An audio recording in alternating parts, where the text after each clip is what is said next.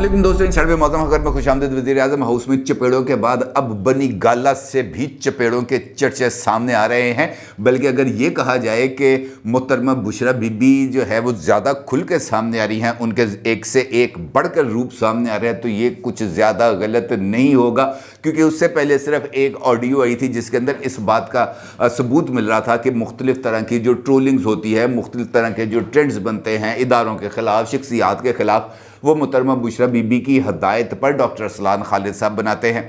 उसके बाद ये बात सामने आ गई कि जनाब खाली ट्रेंड नहीं बनते बल्कि गद्दारी के फतवे बांटने की जो फैक्ट्री है वो भी बनी गाला में मौजूद है। और फिर उसके बाद अब जो ताज़ा तरीन चीज़ें आई हैं उससे तो ये बात साबित होती है, बकौल नदीम अफजल चंद साहब, गल वध गई है मुख्तार, बल्कि गल बहुत आगे वध गई है। क्योंकि जो इनकशाफात अब बनी गाला से ज़राए और ख़ास तौर पर वो ज़राए जो एक मखसूस हिस्से में आने जाने की अथॉरिटी रखते हैं या आ जाते हैं या ज़ाती खुद्दाम जिनको तस्वुर किया जाता है, अगर वो बाहर आकर या जलील होने के बाद बाहर आकर अंदर की कुछ कहानियाँ बयान करना शुरू कर दें तो वो बहुत ही ज़्यादा दिलचस्पी का सबब होती है। मिसाल के तौर पर अगर आपको ये बात बताई जाए कि जनाब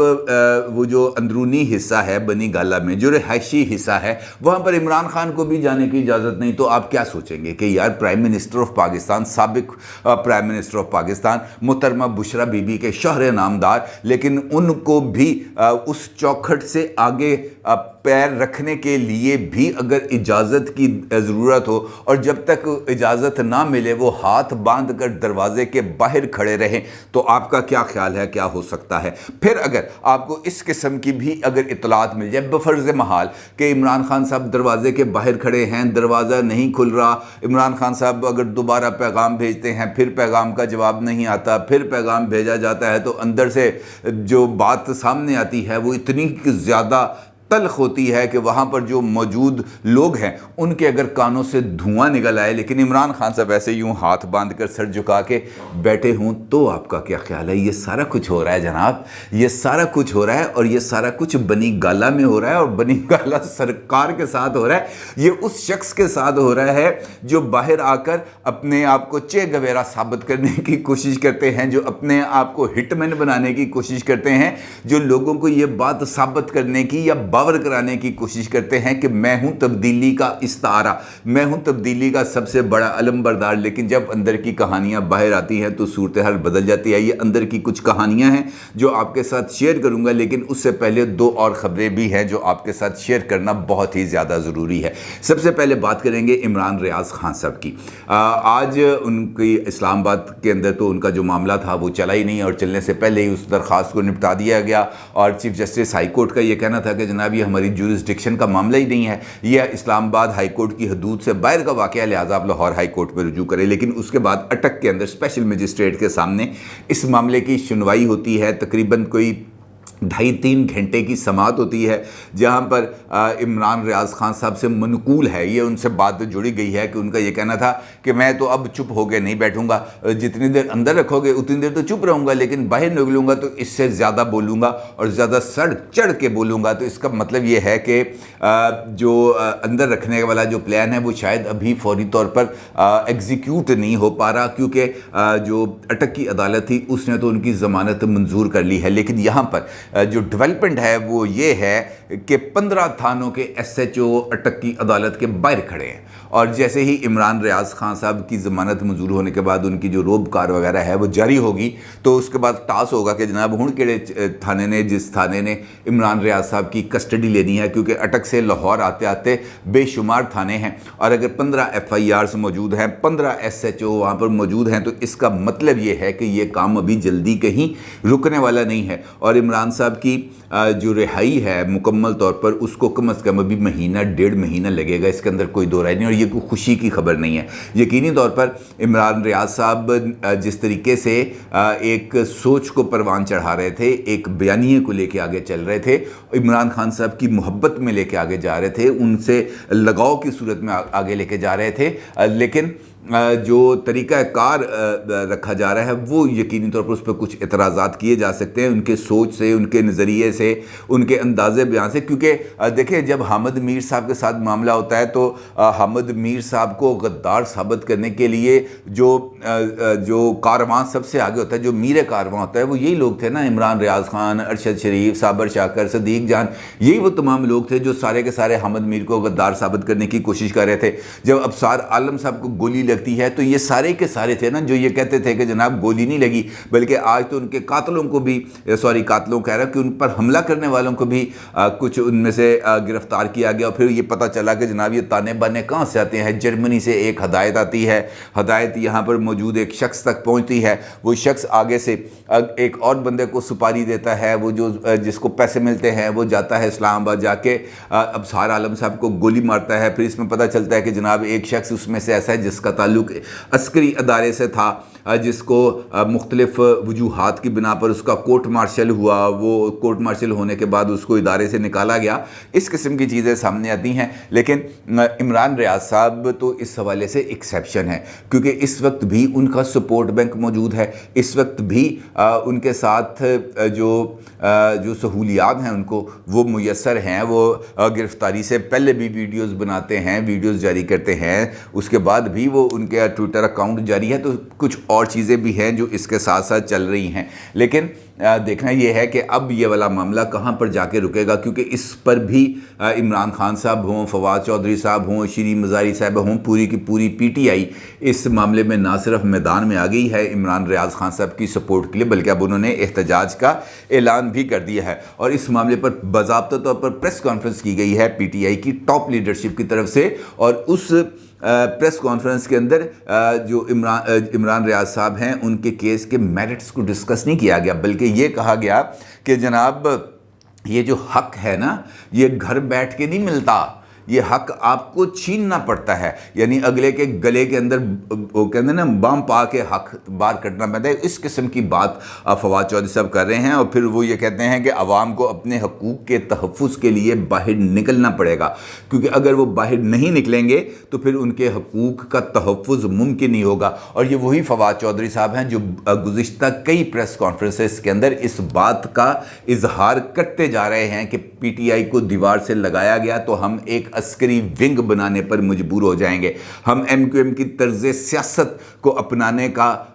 پر مجبور ہو جائیں گے۔ وہ ان کا مطلب یہی ہے کہ جناب اگر ہم عسکری ونگ بنائیں گے تو وہ ایم کیو ایم ہی ہے نا، جہاں پہ بھائی کا حکم چلتا ہے، یہاں پہ بھی بھائی کا حکم چلتا ہے، اور اس حکم کے اوپر ہر ایک لبیک کہتا ہے، چاہے وہ ادھر سے ہو چاہے وہ ادھر سے ہو۔ عمران خان صاحب اس وقت سینٹر آف دی اسٹیج ہیں اور ان کی ہر بات پر عمل درآمد کیا جاتا ہے۔ پھر ان کا یہ کہنا ہے، جو اگلا جملہ انہوں نے بولا وہ زیادہ خطرناک ہے، ان کا یہ کہنا ہے کہ پاکستان میں جمہوریت ختم ہو گئی ہے، کبھی مارشل لاء کے دوران ایسا نہیں ہوا جو اب ہو رہا ہے، پولیس کے ساتھ ساتھ رینجرز بھی موجود تھی جس سے اچھا تاثر نہیں جا رہا۔ یعنی وہ یہ کہہ رہے ہیں کہ جس وقت عمران ریاض صاحب کو گرفتار کیا جاتا ہے اٹک ٹول پلازا کے قریب سے، اس وقت صرف پولیس وہاں پر ان کی کسٹڈی لینے نہیں آئی تھی، بلکہ ان کے ساتھ ساتھ رینجرز کی گاڑیاں بھی موجود تھیں، اور رینجرز کی گاڑیوں کا مطلب یہ ہے کہ پولیس پر اگر عمران ریاض صاحب حاوی پڑ جاتے ہیں تو پھر رینجرز کو سامنے آنا پڑے گا، اور رینجرز کا مطلب یہ ہے کہ پاکستان کی فوج۔ اور فواد چودھری صاحب یہ کہتے ہیں کہ جناب رینجرز کا سامنے آنے سے اچھا تاثر نہیں جا رہا، اس سے اس بات کا اندازہ کیا جا سکتا ہے کہ وہ یہ سمجھتے ہیں کہ جناب کسی بھی معاملے میں کسی اور کو انوالو ہونے کی ضرورت نہیں ہے، جو بات کہہ دی جائے صرف وہی حتمی ہے، وہی آخری ہے، اور اس سے آگے بڑھ کر کوئی اور کام نہیں کیا جا سکتے۔ لیکن جب وہ خود یہ بات کہتے ہیں کہ جناب پاکستان کے اندر جو حق ہے وہ مانگنے سے نہیں ملتا، اس کو چھیننا پڑتا ہے، تو اس کا مطلب یہ ہے کہ وہ ان تمام گروپس کی، ان تمام جرائم پیشہ افراد کی، ان تمام ملیٹنٹس کی سپورٹ کر رہے ہیں جو اسی مکتبہ فکر سے تعلق رکھتے ہیں، جو اسی مکتبہ فکر کے ماننے والے ہیں۔ بلکہ فواد چودھری صاحب تو اس سے آگے بڑھتے ہیں، وہ یہ کہتے ہیں کہ اداروں کو سوچنا چاہیے، کیونکہ کل قومی سلامتی کمیٹی کی میٹنگ تھی، وہ اس کے حوالے سے کہتے ہیں کہ اداروں کو سوچنا چاہیے کہ وہ کن جوکروں کے ساتھ بیٹھے ہیں۔ پاکستان کی سب سے بڑی جماعت نے اس اجلاس میں شرکت نہیں کی، تو اس اجلاس کا کیا معنی رہ گیا؟ وہ کہتے ہیں یہ بے مقصد فضول ایکٹیویٹی ہے، اور اس ایکٹیویٹی سے ہمارا کوئی لینا دینا نہیں ہے، اور जो पाकिस्तान की इस्टेब्लिशमेंट है वो जोकरों के साथ बैठती है। तो आप इससे अंदाज़ा लगा सकते हैं जनाब कि पाकिस्तान के सियासी हालात किस तरफ जा रहे हैं। और इस तरह का अब कुछ इशारे मिल रहे हैं कि जानबूझकर इस मामले को इस हद तक उलझाया जा रहा है कि किसी के पास वापसी का रास्ता ना बने। ये जो हक छीनने की बात कर रहे हैं ये बुनियादी तौर पर उस अमल का आगाज़ है, इनफैक्ट एक नेट प्रैक्टिस है जो वो कराने की कोशिश कर रहे हैं। किस लिए? 17 जुलाई के लिए। 17 जुलाई को क्या है? इलेक्शन है। इलेक्शन किस लिए है? पंजाब के अंदर हुकूमत बनाने के लिए। हुकूमत कौन बनाएगा? जो ये इलेक्शन जीतेगा। और अब इस इलेक्शन को जीतने के लिए पीटीआई की पॉलिसी है by hook and by crook, जिस तरह भी हो हमने ये इलेक्शन जीतना है, चाहे हक छीनना पड़ जाए, चाहे हक ना हक हो, किसी बात की कोई परवाह नहीं की जाएगी। हमलावर होना पड़ेगा तो हमलावर होंगे, नहीं करना पड़ेगा। मसलन ये इलेक्शंस पीटीआई ने जीतना है या हारना है, उसके लिए उन्होंने मुकम्मल तौर पर बंदोबस्त कर लिया है। और उसके नतीजे में अगर वो इलेक्शन हार जाते हैं तमाम तर इक़दामात के बावजूद भी, तो फिर उसके लिए भी उनके पास एहतजाज का प्लान है। वहाँ पर भी हम कहेंगे जनाब अब हम हक छीन के लेंगे, और अब भी उन्होंने यही कहना है हक छीन के लेंगे। लिहाजा ये हक और नाहक की लड़ाई अभी कुछ अरसा चलती रहेगी। दूसरी जानिब बनी गाला है जहाँ पर हक और ना हक की लड़ाई के बगैर एक अजीबोगरीब लड़ाई की सिचुएशन जारी है। आपको याद होगा कि जिस वक्त इमरान खान साहब के इक़्तिदार की आखिरी रात थी, उस दिन भी बीबीसी ने जो स्टोरी शाया की थी उसके अंदर ये बात का इजहार किया गया था कि वहाँ से ईवान इक़्तिदार से निकलने के लिए इमरान खान साहब आसानी से नहीं मान रहे थे, और वहाँ पर मौजूद किसी शख्सियत की तरफ से इमरान खान साहब पर तशद्दुद भी किया गया, बल्कि बाज़ाब्ता तौर पर लफ्ज़ इस्तेमाल किया गया थप्पड़ पर। लेकिन उसके बाद इस खबर की कई मरतबा तरदीद की जा चुकी है, लेकिन वो जो थप्पड़ों वाली कहानी है वो अभी तक मुसलसल जारी है, वो रुक करने में नहीं आ रही। क्योंकि अगर वज़ीर-ए-आज़म हाउस के अंदर यह हल हो सकता तो घर दे विच पाइन बड़ा मुश्किल काम है सारी सूरत हाल तो बचना। अब ये जो कहानी सामने आई है इसका इंकशाफ इनफैक्ट किया है असद तूर साहब ने, जो एक बहुत ज़बरदस्त व्लॉगर भी हैं और वो इमरान खान साहब के दौर के अंदर तशद्दुद का निशाना भी बन चुके हैं। अच्छा, उन्होंने अपने व्लॉग के अंदर इस बात का इंकशाफ किया है कि साबिक़ खातून अव्वल बुशरा बीबी इंतहाई सख्त मिजाज और जालिम खातून है, और वो जो है ज़रा सी बात पर आपे से बाहर हो जाती हैं, अपने मुलाजमीन को मारती पीटती भी हैं, उनको बुरा भला भी कहते हैं, और सज़ाएँ तो देना उनका, जिसे हम कह सकते हैं ना कि दिलचस्प या पसंदीदा मशगला है, उनका शुगल है कि अभी सज़ा दे दी। और जो सबसे कम सज़ा होती है वो बाल नोचना होती है कि जनाब किसी मुलाजम ने अगर ये कह दिया कि जूती इस तरह नहीं इस तरह रखनी है, तो वो जूती ज़रा एंगल भी ख़राब हो गया तो मुलाजम के बाल नोचे चले जाएंगे। और असद तूर साहब ने ये तमाम जो गुफ्तगू बताई है ये अंदर से किसी मुलाजम से मुलाकात के नतीजे में उन्होंने ये सारा कुछ इंकशाफ किया है। उसके बाद उनका ये कहना है कि बनी गाला में जो बुशरा बीबी है उनका रोब और दबदबा इतना ज़्यादा है कि कोई भी उनके आगे ऊंची आवाज़ में बात नहीं कर सकता, चाहे वो साबिक़ वज़ीर आज़म ही क्यों ना हो। वो भी अगर उनसे कोई बात करेंगे तो बहुत मुअद्दब होके बाअदब होके उनके साथ गुफ्तगू करेंगे। और मैंने आपको बता दिया कि जनाब अंदर जाने के लिए भी इजाज़त लेनी है, और इजाज़त जब तक नहीं मिलनी उन्होंने मुअद्दब यूँ हाथ बांध के बाहर ही खड़े होना है। ये तो रियलिटी है, इसके अंदर कोई दो राय नहीं। और इसी तरीके से जब वो वज़ीर आज़म थे तो दफ्तर जाने से पहले भी उन्होंने चौखट पे जाना है, चौखट पे जाके पैगाम भिजवाना है कि जनाब मैं ऑफिस चला जाऊं, और फिर बाहर उस वक्त तक खड़े रहना है जब तक वो अंदर से बाहर नहीं निकलेंगी। बाहर निकल के उनके ऊपर जो कोई उन्होंने फूके शूके मारनी है वो फूके शूके नहीं मारेंगी, उस वक्त तक उन्होंने जो है वो वज़ीर-ए-आज़म हाउस नहीं जाना। बल्कि अब तो इस बात की भी तस्दीक हो गई है कि जनाब ये जो ट्रोलिंग होती थी मुख्तलिफ जर्नलिस्टों के ख़िलाफ़, जिसमें हामिद मीन हैं, जिसमें आसमा शराजी साहिबा हैं, जिसमें सना बुच्चा हैं, जिसमें मतीउल्लाह जान हैं, जिसमें अंबर शमसी हैं, उमर चीमा हैं, इन सब को भी जो ट्रोल करवाया गया वो बुशरा बीबी की हदायत पर कराया गया, उनके कहने पर कराया गया। डॉक्टर अरसलान खालिद और शहबाज गिल साहब दोनों ने इस मामले में बड़ा ही जिसे हम कह सकते हैं कि